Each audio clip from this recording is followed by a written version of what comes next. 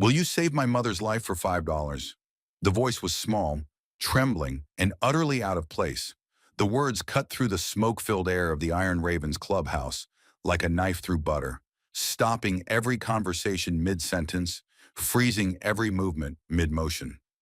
9-year-old Sophie Mitchell stood just inside the doorway, her small frame silhouetted against the harsh fluorescent lights of the parking lot behind her. In her tiny fist, she clutched a crumpled $5 bill, the edges worn soft from being folded and unfolded countless times. Her blonde hair hung in tangled strands around her face, and her blue eyes, red-rimmed from crying, swept across the room with a mixture of desperation and determination that no child her age should ever have to possess. 15 bikers sat frozen in various states of shock. Beer bottles paused halfway to bearded lips. Pool cues hovered over felt tables. Cards remained suspended in calloused hands. Even the jukebox in the corner seemed to sense the gravity of the moment, fading to silence between songs. The Iron Ravens Motorcycle Club was legendary in Monroe County, and not in a good way. Their clubhouse sat on the outskirts of Millbrook, Tennessee, a converted warehouse surrounded by chain-link fencing and no trespassing signs that weren't just for show. These weren't weekend warriors playing dress-up. These were ex-military, ex-cons, men who'd seen the darkest parts of humanity and come back changed. Men with violent pasts etched into their skin through scars and tattoos. Men who wore their patches like armor and their reputations like weapons. This wasn't a place for children. Hell, it wasn't a place for most adults. Jackson Hammer Kane was the first to move. The chapter president set down his poker hand, a full house, queens over eights, and rose from his chair with the deliberate care of a man who understood that sudden movements could frighten the already terrified. At 6'5" and 280 pounds of solid muscle, tattoos and barely contained violence, Hammer cut an intimidating figure. His arms were covered in ink that told stories of tours in Afghanistan and Iraq. Eagles, flags, unit insignias, and the names of brothers who never made it home. A thick scar ran from his left eyebrow down to his jaw, a souvenir from an IED blast outside Fallujah that had killed 3 of his squad mates and should have killed him too. He was the kind of man that made grown men cross the street to avoid. But when he approached Sophie, his voice was surprisingly gentle, almost tender. "What's your name, sweetheart?" Hammer asked, lowering himself to one knee so his eyes were level with hers. "Sophie," the girl whispered, her voice barely audible over the sudden thundering of her own heartbeat. "Sophie Mitchell. Sophie, where are your parents?" Hammer's tone remained soft, but his eyes, a piercing gray that missed nothing, scanned her face, her clothes, the fading bruise on her upper arm that her too-short sleeve couldn't quite hide. "My mom's at the hospital. She's dying." Sophie's voice cracked on the last word, but she kept talking, the words tumbling out in a desperate rush that spoke of hours spent rehearsing this moment, preparing for this last desperate gamble. "The doctors say she needs medicine, but we don't have insurance and it costs $50,000. And my uncle said he'll pay for it, but only if I go live with him forever. And my mom said no because he's a bad man. But if she dies, it's my fault because I won't go with him.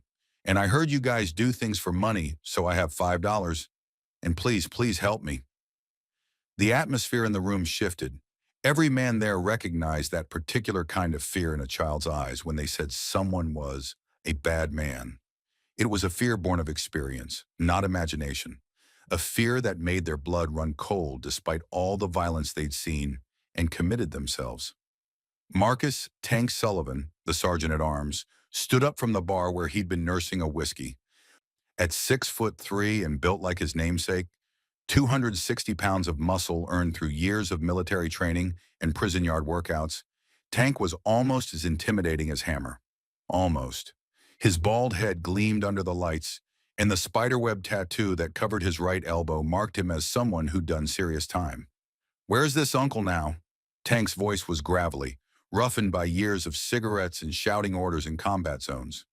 "Outside in his car. He drove me here." Sophie's hands twisted the $5 bill nervously, crinkling it further. "He said bikers are criminals, and if I ask you for help, you'll just take my money and laugh at me. But I don't care anymore because my mom is all I have." Tommy Wrench Patterson moved to the window and peered through the dusty Venetian blinds. A black BMW 7 Series sat in the gravel parking lot, engine purring softly, headlights cutting through the darkness. The driver was illuminated by the glow of his phone screen, scrolling casually, not even watching the clubhouse entrance. The man wore an expensive suit even at this late hour, and his posture radiated confidence bordering on arrogance. "Confident bastard," Wrench muttered, his jaw tightening. At 38, Wrench was younger than most of the chapter, lean and wiry with the kind of dangerous quickness that came from too many street fights.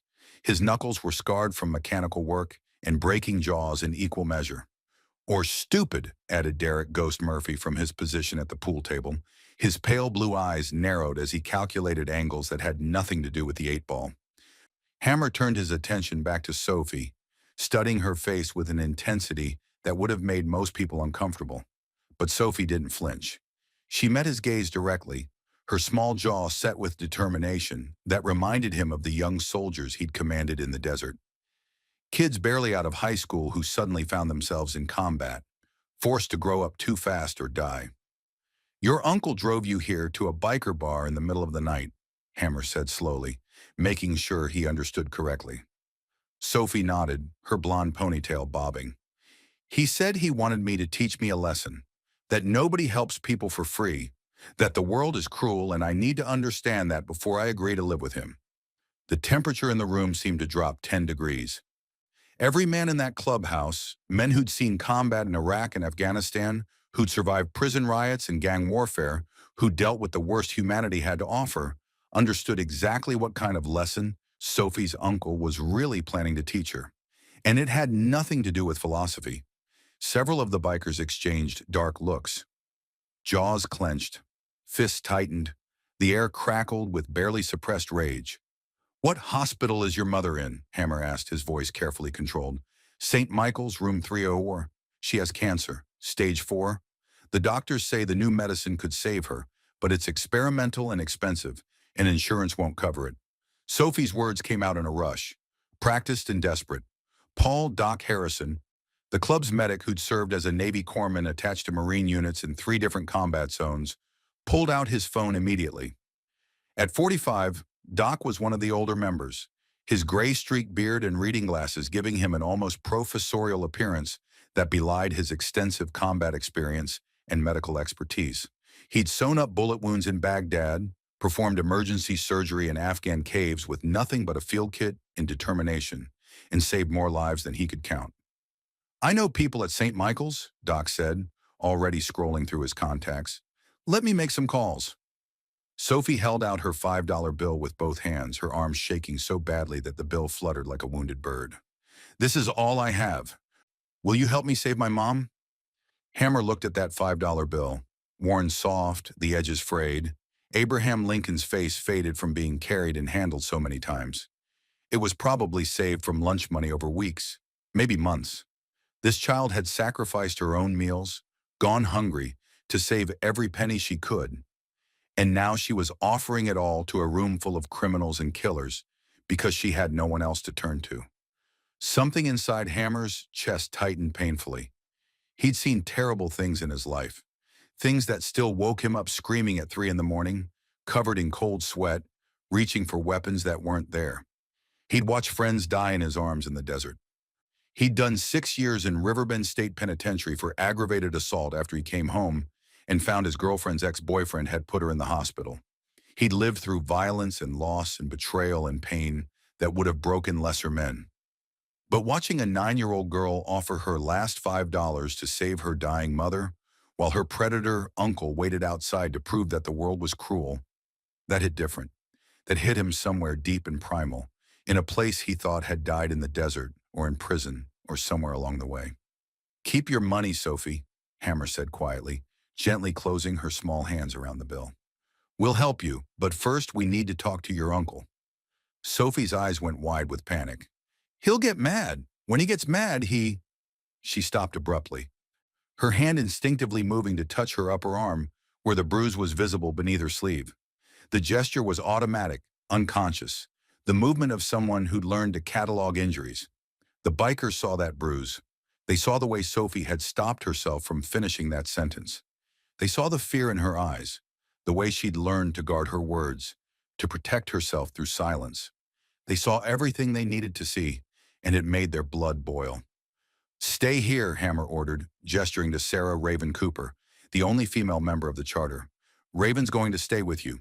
Keep you safe. The rest of you, outside, now." Raven moved immediately to Sophie's side.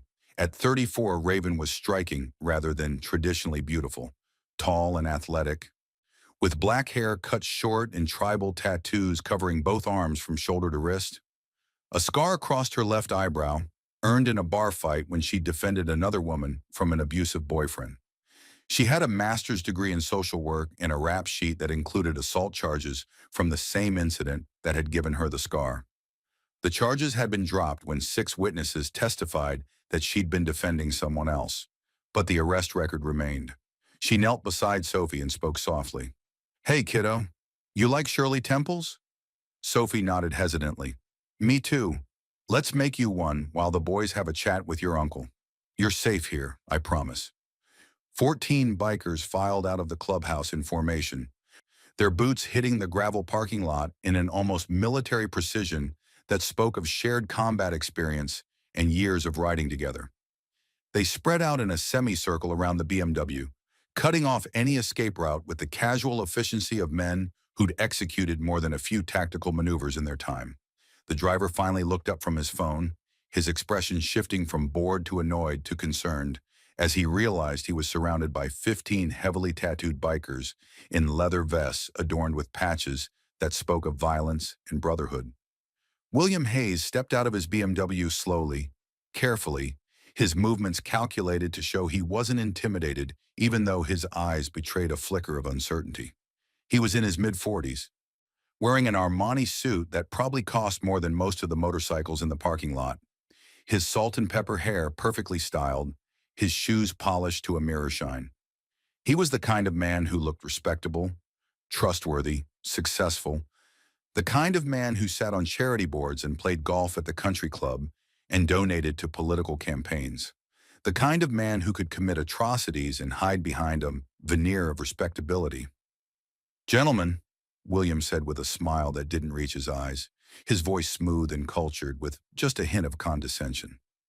"I assume my niece made it inside safely. I apologize for any disturbance she may have caused." "Your niece," Hammer said, his voice flat and emotionless in a way that was more threatening than any amount of shouting could be, "offered us $5 to save her mother's life. Then she told us some interesting things about you." William's smile tightened imperceptibly, a crack in his polished facade. "Sophie has an active imagination. Her mother has filled her head with nonsense, I'm afraid. I'm simply trying to help family during a difficult time. It's unfortunate that Jennifer has been so resistant to my assistance. By bringing a 9-year-old to a biker bar at midnight to teach her a lesson," Tank said, his voice dripping with contempt as he stepped closer, his massive arms crossed over his chest. "To show her reality," William said, his voice taking on an edge of annoyance at being questioned. "Her mother is dying. Someone needs to take custody. I'm the only family she has. I'm offering to pay for the treatment, but there are conditions. Sophie needs to understand how the world works before she agrees to anything. I'm doing this for her own good." "What conditions?" Wrench asked, his hand unconsciously forming a fist. "That's between me and my sister," William said dismissively, straightening his tie. "Now, I've been patient, but I'm taking Sophie home. We have paperwork to sign at the hospital tomorrow morning, and she needs her rest." "Sophie's not going anywhere with you," Hammer said, his tone leaving no room for argument. William's mask slipped further. His eyes went cold, calculating, the expression of a predator who'd been challenged. "You're interfering with a family matter. I could call the police right now, report that a motorcycle gang is holding my niece hostage. I wonder how that would play out for you gentlemen, given your histories." "Go ahead," Hammer said, not moving. "Call them. We'll wait." William pulled out his phone, his finger hovering over the screen. But before he could dial, Doc emerged from the clubhouse, his phone in hand and his expression grim. "Just got off the phone with Dr. Elizabeth Chen at St. Michael's," Doc announced, his voice carrying across the parking lot. "Sophie's mother, Jennifer Mitchell, has been fighting cervical cancer for 2 years. She declined rapidly 3 months ago after her husband, Sophie's father, died in an accident at the automotive plant where he worked. The experimental treatment could potentially save her life, but it's not covered by insurance.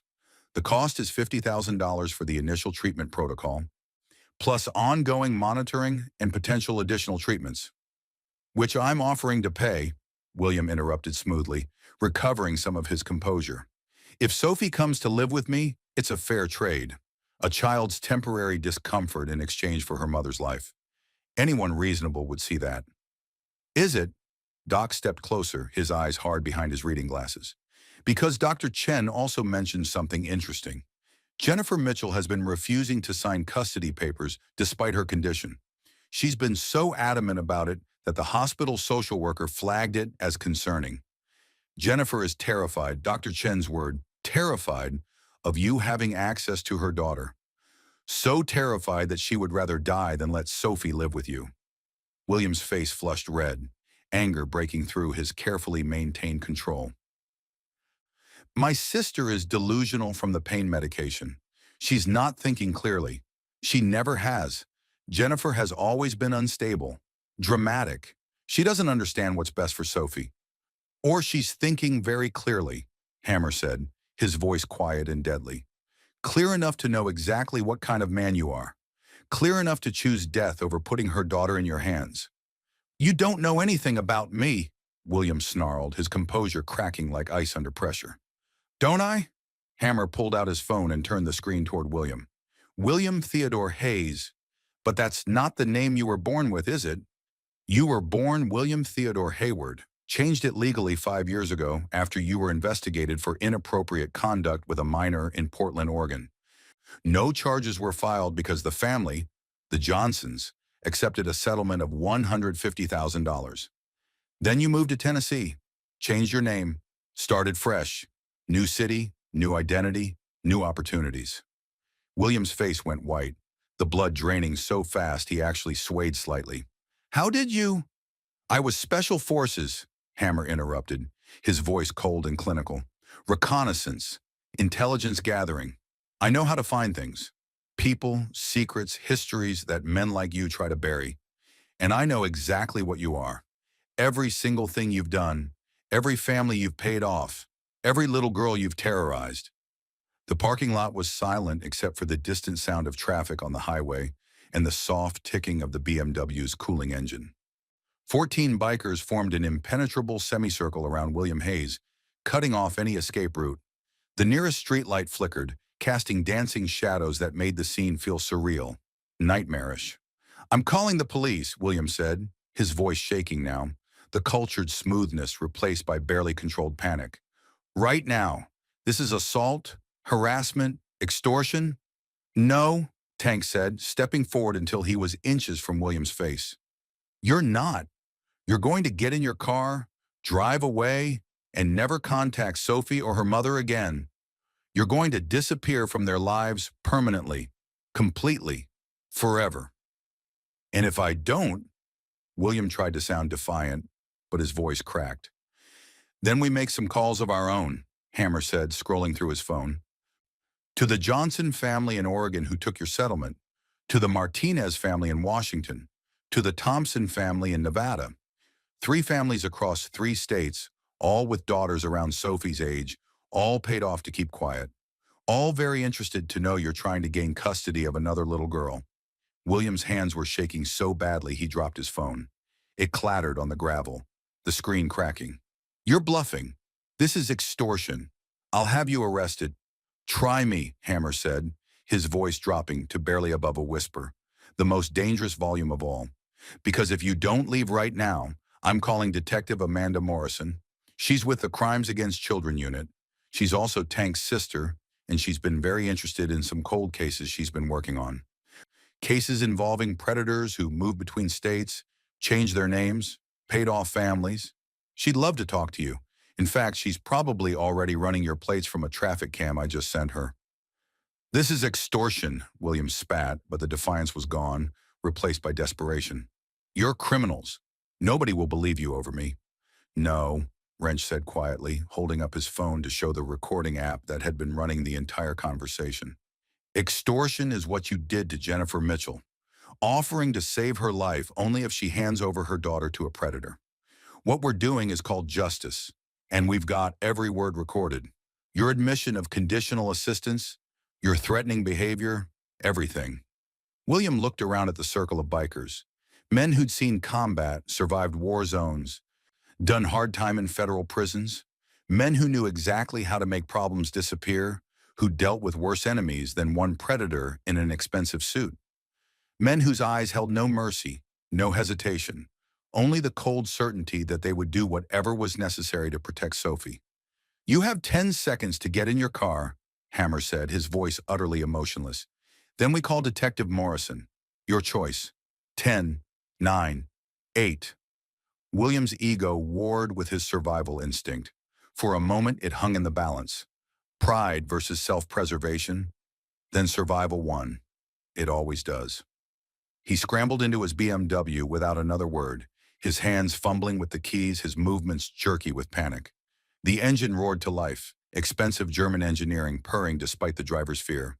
He peeled out of the parking lot, tires spitting gravel, leaving twin tracks of rubber on the asphalt as he accelerated onto the highway. The bikers watched in silence until his taillights disappeared into the night, swallowed by darkness and distance. "He'll come back," Tank said, his voice flat with certainty. "No, he won't," Hammer replied. "Doc, you get that recording uploaded?" Doc held up his phone. "Already sent to Detective Morrison, along with the information about the families in Oregon, Washington, and Nevada. She's very interested, said she'll be reaching out to them first thing Monday morning. Also sent copies to our lawyer and to 3 different cloud storage accounts. If anything happens to any of us, it goes public automatically. And the families. I've got contacts, veterans who work as private investigators, reaching out to them tonight. Once they know Hayes is trying to get custody of another child, they'll talk. People stay silent out of shame and fear. But when they realize he's doing it again, they'll speak up. The dam will break." "Good." Hammer turned back toward the clubhouse. "Now let's figure out how to save Sophie's mother." Inside, Sophie was sitting at the bar with Raven, both hands wrapped around a tall glass containing a bright red Shirley Temple, complete with a maraschino cherry and a little paper umbrella. Despite the circumstances, or perhaps because of them, she'd nearly finished the sweet drink. Raven sat beside her, not hovering but present, protective without being overbearing. Sophie looked up when Hammer entered, her blue eyes searching his face for answers. "Is my uncle gone?" "He's gone," Hammer confirmed, pulling up a bar stool beside her. "And he's not coming back, ever." Sophie's shoulders sagged with relief, so profound it looked like all the strings holding her upright had been cut simultaneously. Then her face crumpled, tears spilling down her cheeks as the reality of her situation crashed back over her. "But my mom, the medicine. I only have $5. It's not enough. It'll never be enough." "Sophie," Hammer said gently, "do you know what this club does?" She shook her head, blonde hair swinging. "We protect people. That's our code, our purpose. Women, children, people who can't protect themselves. Your uncle brought you here thinking we'd laugh at you, take your money, prove to you that the world is cruel and that nobody would help." He paused, making sure she was listening. But he was wrong. The world can be cruel, that's true, but it can also be kind. It can also be full of people who give a damn, who'll stand up and fight for what's right, who won't look away when someone needs help. Tank pulled out his phone, already scrolling through contacts. "Making some calls. We've got brothers in 4 other chapters across Tennessee and Kentucky. Let's see what we can raise." "I'm calling the VA," Doc said, his fingers flying across his screen. "We've got veteran support networks, medical fundraising contacts, charity organizations that help military families. Jennifer's husband, Sophie's father, was a Marine, Desert Storm. That makes them family." Wrench opened his laptop, the screen glowing blue in the dim light. "Setting up a crowdfunding page right now. Iron Raven's Rescue Dying Mother. This will go viral within hours, guaranteed. I've got contacts in veterans groups, motorcycle clubs, law enforcement networks. Everyone who's ever wanted to stick it to a predator will donate." Raven squeezed Sophie's hand gently. "Sweetheart, You walked into the right place.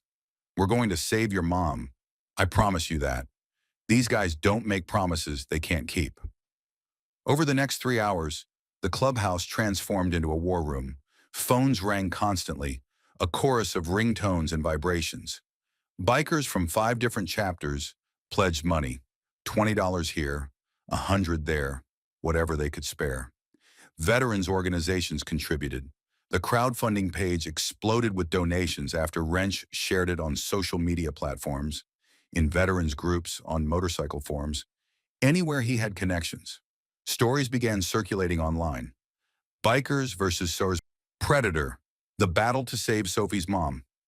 Iron Ravens take on child predator, raise money for cancer treatment. Motorcycle club shows true brotherhood. By 3 in the morning, they had raised $30,000. By dawn, they hit $50,000. By noon the next day, they had $75,000. Enough for the treatment, 3 months of living expenses for Sophie and Jennifer, and a buffer for unexpected medical costs. The donations kept coming.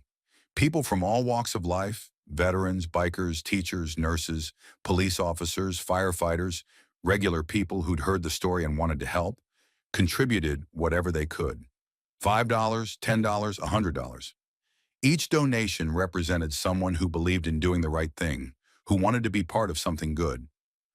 Hammer drove Sophie to the hospital in his truck, a beat-up Ford F-150 with over 200,000 miles on it, with Raven and Doc following on their motorcycles. The rest of the chapter stayed behind to coordinate the financial transfers, respond to media inquiries. Wrench had become an impromptu PR manager, and make sure William Hayes hadn't tried to come back. St. Michael's Hospital was quiet in the early morning hours. That peculiar stillness that hospitals have before the day shift arrives and chaos resumes. The fluorescent lights hummed softly, and the smell of antiseptic and floor cleaner hung in the air. Dr. Elizabeth Chen met them in the hallway outside Jennifer Mitchell's room, her expression cautious and professionally neutral. She was in her early 50s, with black hair pulled back in a neat bun and kind eyes behind wire-rimmed glasses. She'd been a doctor for 25 years, and she'd seen enough to be skeptical of miracles. "You're the bikers," she said, looking at Hammer's leather vest with its patches, the Iron Ravens rocker across the back, the military service ribbons, the 1% patch that marked them as outlaws. "We are," Hammer confirmed. "Sophie called me, said you're going to pay for her mother's treatment." Dr. Chen's voice was carefully neutral, but her eyes showed hope warring with professional skepticism. "We are," Hammer said. "How fast can you start?" Dr. Chen studied them for a long moment, her gaze moving from Hammer to Doc to Raven to Sophie, assessing, evaluating. Finally, she sighed. "I need to be honest with you. Even with the treatment, Jennifer's chances are maybe 40%. The cancer is advanced, stage 4 cervical cancer with metastasis to lymph nodes and possibly lungs. The experimental drug might not work. In fact, it probably won't work, but it's her only chance." "But there is a chance," Raven said, her hand resting protectively on Sophie's shoulder. "That's all we need, a chance." "Then we take it," Hammer said. "What do you need from us?" The paperwork took 2 hours, bank transfers, medical consent forms, treatment protocols, insurance waivers, experimental treatment agreements. Sophie sat beside her mother's bed the entire time, holding Jennifer's hand with both of her small ones, as if she could transfer her own life force through touch alone. Jennifer Mitchell was barely conscious, the cancer and pain medication keeping her in a twilight state between waking and sleeping. She'd lost at least 30 pounds, her face gaunt and pale, dark circles under her closed eyes. At 34, she looked 50. The disease had aged her, stolen her vitality, turned her into a shadow of who she'd been. But when Sophie whispered, "Mama, it's going to be okay. The bikers are helping us. They sent Uncle William away. They raised the money for your medicine. They're saving you." Jennifer's eyes flickered open. "Bikers?" Jennifer's voice was barely audible, rough and crackling like dry paper. "They're good people, Mama," Sophie said, her voice thick with tears. "They're good people. They didn't laugh at me. They didn't take my $5. They helped. They really helped." A single tear rolled down Jennifer's hollow cheek, leaving a glistening trail. She looked past Sophie to where Hammer stood in the doorway. This massive, tattooed man who looked like he belonged in a prison yard or a war zone, not a hospital room. His arms were covered in ink, his face scarred, his hands calloused and marked with old fight wounds. He should have been terrifying. Instead, he looked like salvation. "Thank you," Jennifer whispered, her voice breaking. "Thank you for protecting my baby." Hammer nodded once, his throat tight. "You focus on getting better, ma'am. We'll take care of the rest. Sophie's safe. You're safe. That's all that matters now." The treatment started that afternoon. Dr. Chen was cautiously optimistic, but warned them multiple times that it would be weeks, possibly months, before they knew if it was working. The drug was experimental, the protocol aggressive. Jennifer would be sick, weak, possibly suffering from severe side effects. It was going to be a long, hard road with no guarantees at the end. But it was a road, a path forward, hope where there had been none. Sophie couldn't stay at the hospital indefinitely, and Child Services was starting to ask questions about her guardian situation now that William Hayes was out of the picture. Jennifer was in no condition to care for her, and there were no other relatives. That's when Raven made an offer that shocked everyone, including herself. "I'll take her," Raven said during a chapter meeting that evening, her voice steady and certain. "I'm a certified foster parent, got licensed 2 years ago. Was planning to retire from active writing anyway to focus more on my social work practice. Sophie can stay with me until her mother recovers. However long that takes." The room fell silent. Every eye turned to Raven. "You sure about this?" Hammer asked quietly. "It could be months. It could be—" "I'm sure," Raven interrupted. "That little girl walked in here with $5 and more courage than most grown men I know. She deserves better than the system. She deserves stability, safety, someone who gives a damn."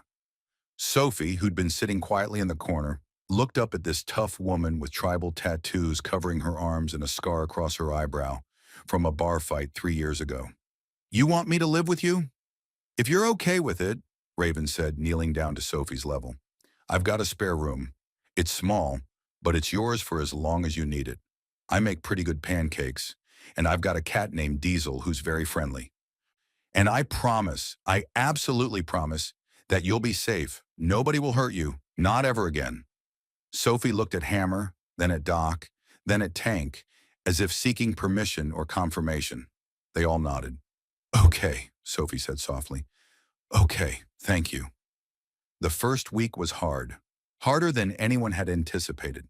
Sophie struggled with nightmares, waking up screaming at 2 or 3 in the morning, convinced William had come back, that her mother was dying, that everything good was just a dream. She was constantly worried, calling the hospital multiple times a day to check on Jennifer, terrified that she'd get the call saying it was over. Hammer assigned 2 members of the club to rotate shifts outside Raven's house, just in case. They sat on motorcycles or in trucks, watching, waiting, making sure William Hayes didn't try to come back. But William never came. He disappeared completely, his fancy house in the suburbs sitting empty, his law practice closed, temporarily according to a sign in the window. Hammer's contacts reported sightings in Nevada, then Arizona, then nothing. Detective Morrison's investigation had gone public after the families in Oregon, Washington, and Nevada all agreed to make statements. Once one came forward, the others followed, and the dam broke exactly as Doc had predicted. William Hayes was now a wanted man, his face on news broadcasts, his crimes finally exposed. The second week brought better news. Jennifer's scans showed slight improvement. The tumor markers were decreasing, not dramatically but consistently. Dr. Chen was cautiously optimistic, emphasizing the word cautiously multiple times. It was too early to celebrate, but it wasn't getting worse. In oncology, stable was sometimes the best you could hope for. The third week, something shifted. Sophie started smiling again. Not big smiles, not the carefree joy of a child who'd never known trauma, but small moments of genuine happiness. She helped Raven in her garden, learning to plant tomatoes and zucchini. She learned to change the oil on Raven's motorcycle, her small hands working under Raven's patient guidance. She started attending a new school where nobody knew her story, where she could just be a kid. The fourth week, Jennifer was strong enough to sit up in bed. Her color was better, less gray and more pink. Her eyes were clearer, more focused.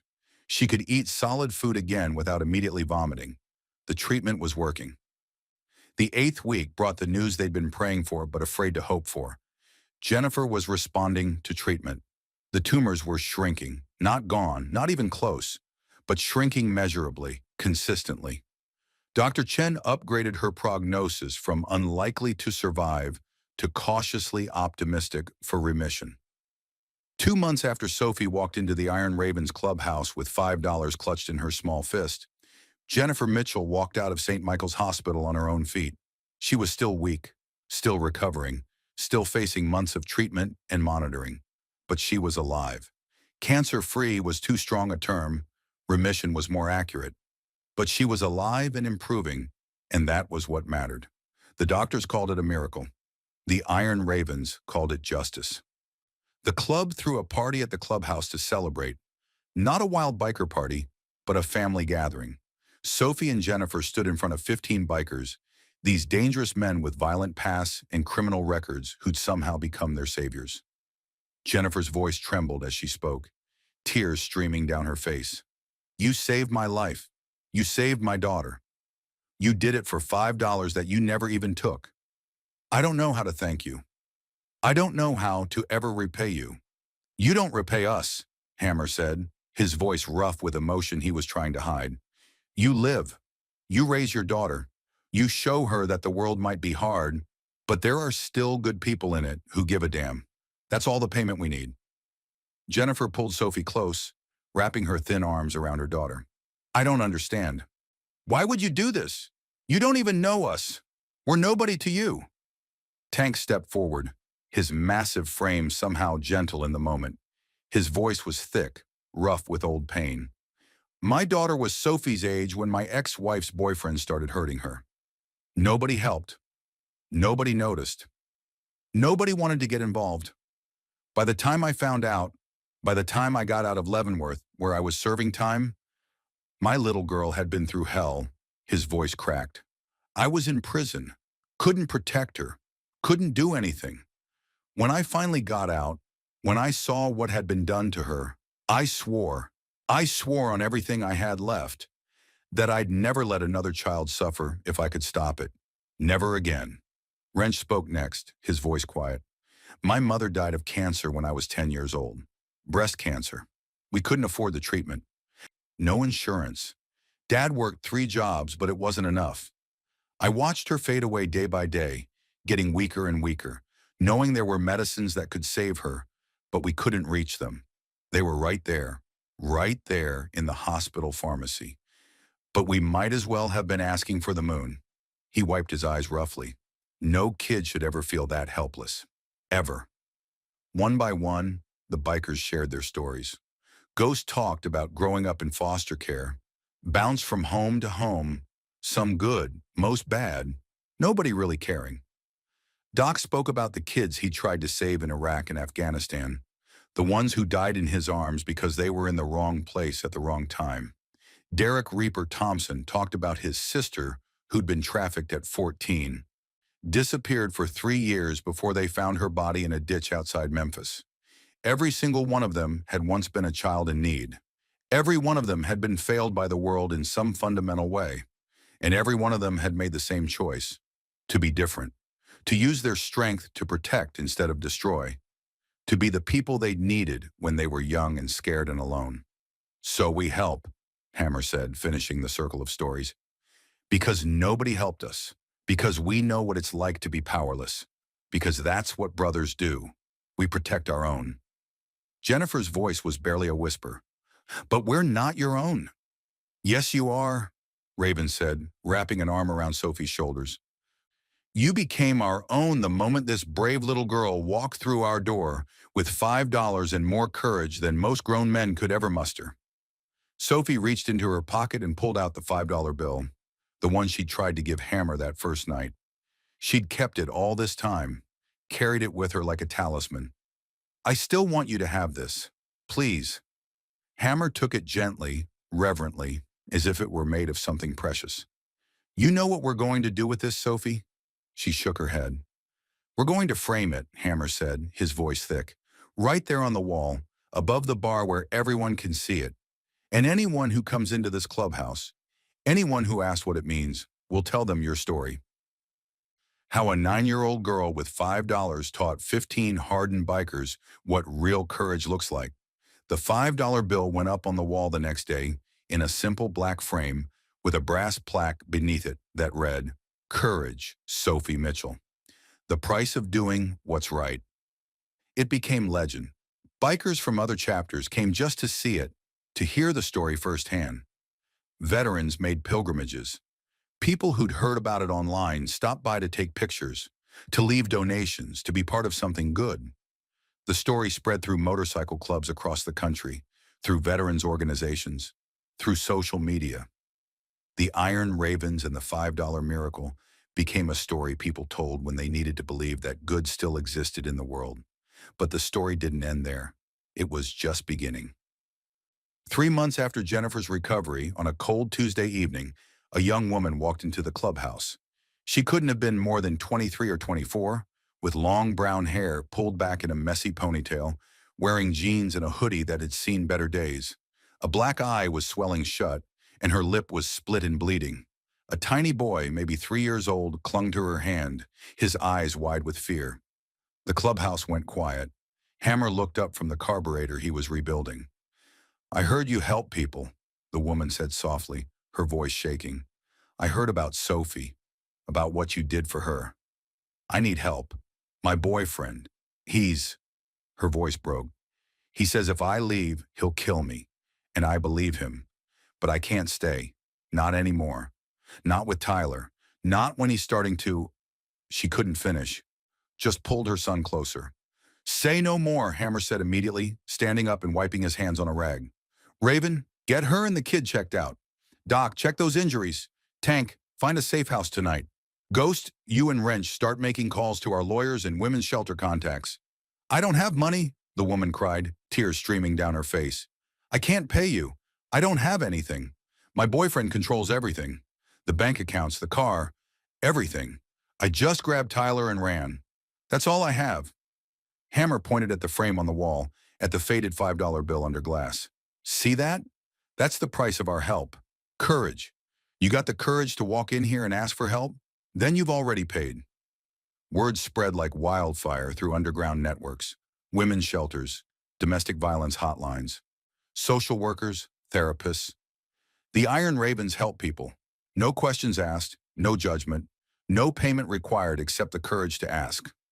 Over the next year, the Iron Ravens helped 17 more families, mothers escaping abuse, children in danger, people running from violence, a transgender teenager whose parents had kicked him out, an elderly veteran being financially exploited by his nephew, a single father whose ex-wife's new husband was molesting their daughter.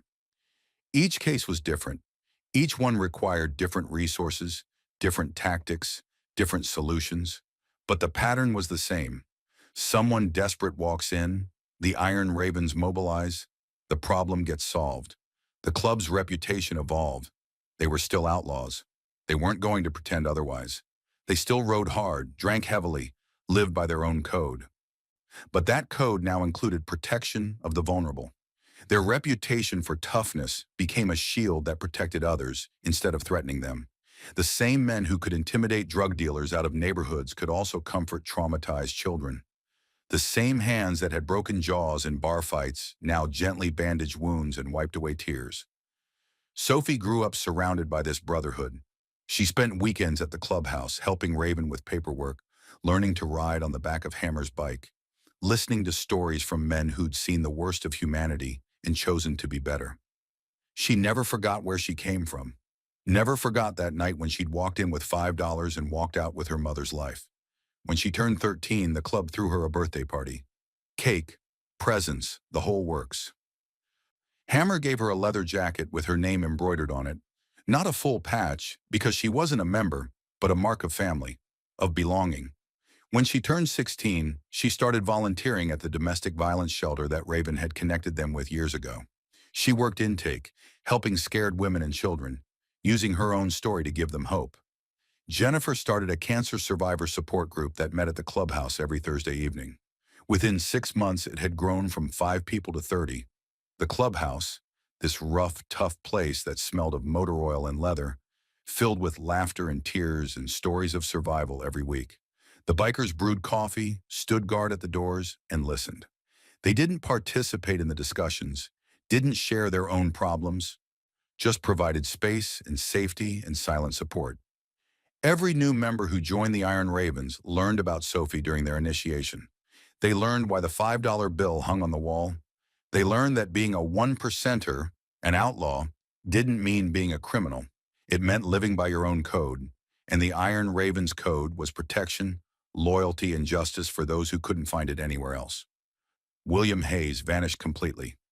Detective Morrison's investigation spread across multiple states. Evidence piled up, testimonies from 5 families, financial records showing payoffs, emails that proved knowledge and intent. Warrants were issued in Oregon, Washington, Nevada, and Tennessee. But Hayes was gone, disappeared into whatever holes predators crawl into when their masks are finally ripped away. Some said Mexico. Others said he'd changed his name again, started over somewhere else. Hammer's contacts kept looking, kept tracking, making sure that wherever Hayes ended up, local authorities knew exactly what kind of monster had moved into their community. Years passed. Sophie graduated high school with honors. The entire Iron Ravens chapter sitting in the back row of the auditorium wearing their colors, looking wildly out of place among the well-dressed parents and family members. When her name was called, Sophie Mitchell, graduating with a 4.2 GPA, scholarship to University of Tennessee, 15 bikers stood and roared louder than the rest of the auditorium combined. They whistled and stomped and made such a ruckus that the principal actually paused the ceremony. Sophie walked across that stage grinning, her blue graduation gown swishing, her eyes finding Hammer in the crowd. He nodded once, pride written across his scarred face, and she saw him wipe his eyes quickly. Jennifer cried. Raven cried. Doc made a show of having something in his eye. Tank's massive shoulders shook with emotion he couldn't hide. Sophie found Hammer in the parking lot afterward, pushing through the crowd of families, taking pictures and celebrating. She threw her arms around him, and for a moment, this huge, scarred, dangerous man held this young woman who'd once been a terrified 9-year-old girl, and the circle felt complete. "Thank you," Sophie said into his leather vest, "for saving my mom, for protecting me, for showing me that family isn't always blood, for teaching me what real strength looks like." Hammer's voice was rough. "You reminded us why we do this, kid, why we wear these patches, why we chose to be more than what the world expected of us. You gave us purpose when we thought we'd lost it." "Keep the $5 on the wall," Sophie said, pulling back to look at him. "Always. So everyone remembers." "Always," Hammer promised. Sophie went to college, majoring in social work with a minor in criminal justice.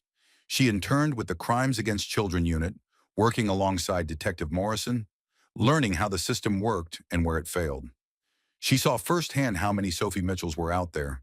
Children in danger, families desperate for help, people falling through the cracks because they didn't have resources or connections or $500 an hour lawyers. She graduated 4 years later, again with honors, again with the entire Iron Ravens chapter in attendance. This time they brought a banner, "Proud of our Sophie." She took a job at a nonprofit that helped at-risk youth, working with kids who'd experienced trauma, abuse, neglect. Kids who reminded her of herself at 9 years old. She used her story carefully, selectively, when she thought it might help someone else believe that survival was possible. Jennifer's cancer stayed in remission. 5 years, 10 years. She passed the magical 15-year mark where doctors stopped calling it remission and started calling it cured. She'd survived.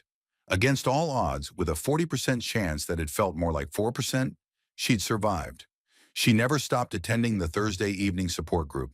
Even when she was technically cancer-free, she kept coming, kept sharing her story, kept giving hope to newly diagnosed patients who couldn't imagine a future. Raven officially adopted Sophie when she turned 21, not because Sophie needed a legal guardian anymore, but because it felt right.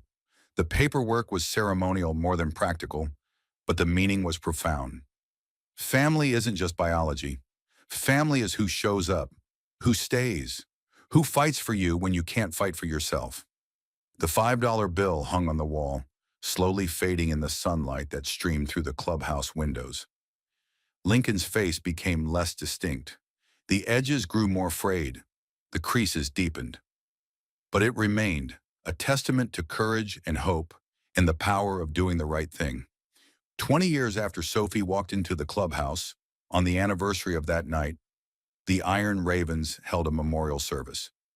Not for anyone who died, but to commemorate the moment that had changed everything.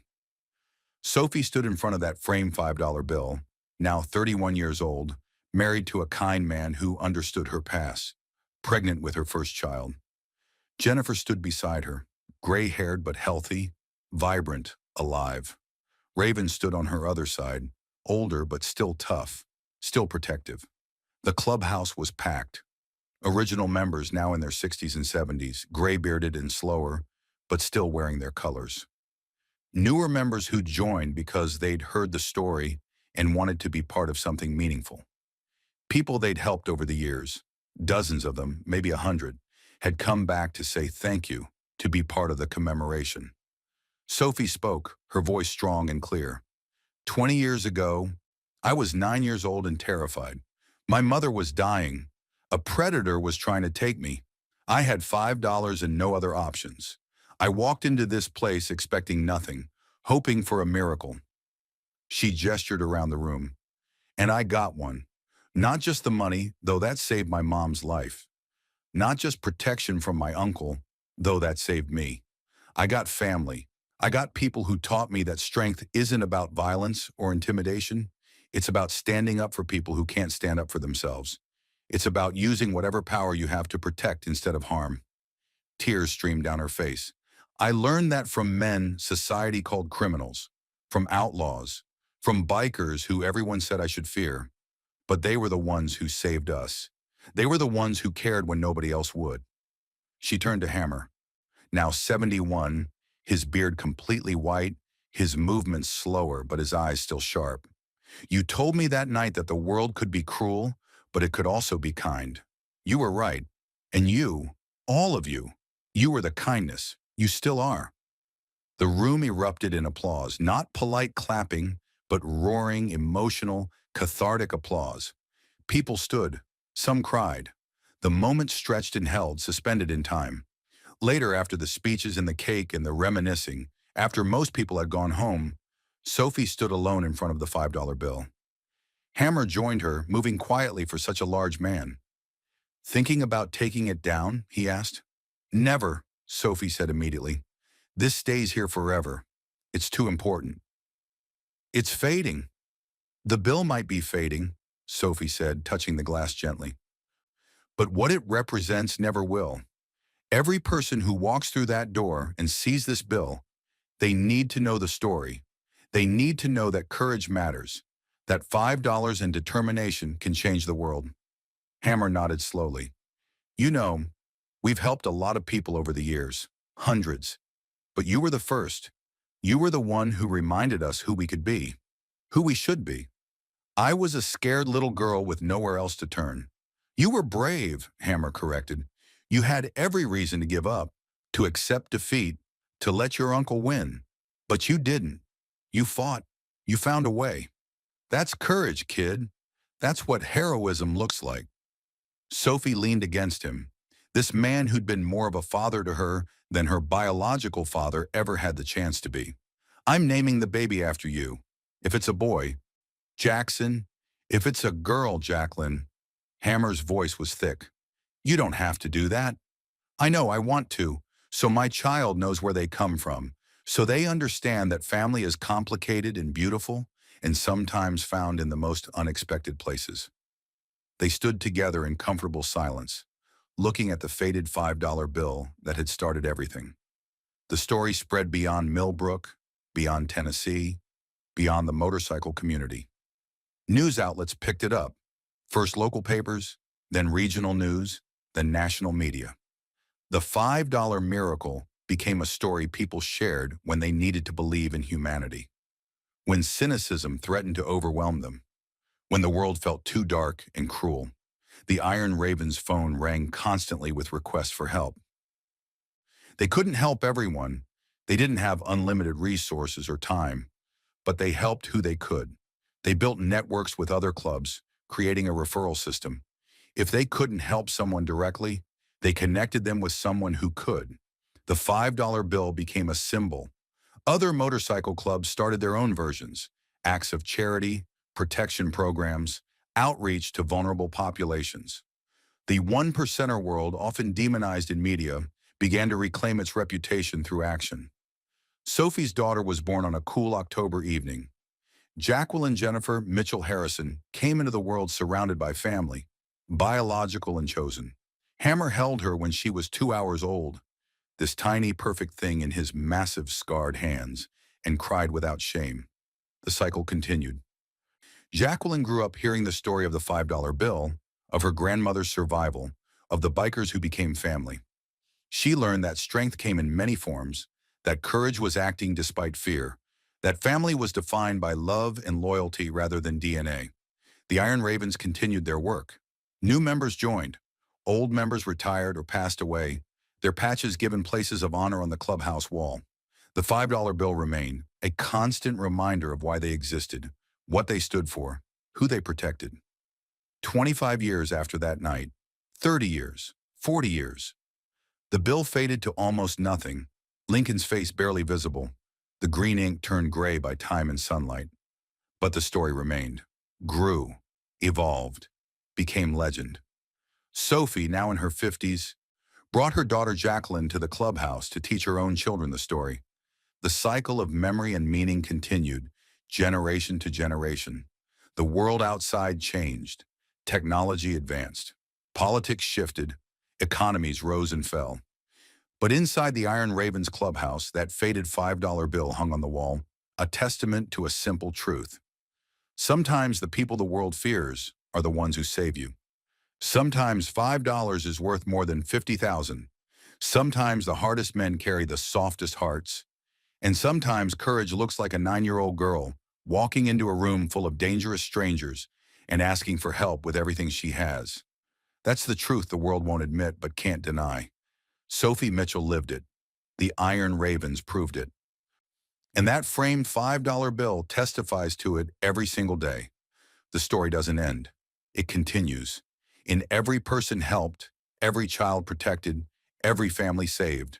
In every moment when someone chooses to be kind instead of cruel, to protect instead of harm, to stand up instead of look away. The $5 bill hangs on the wall, faded but eternal, a reminder that sometimes all it takes to change the world is courage, compassion, and the willingness to believe that people can be better than their worst moments. That's the legacy. That's the lesson. That's the truth that a 9-year-old girl with $5 taught 15 hardened bikers on a cold night in Millbrook, Tennessee. And it changed everything.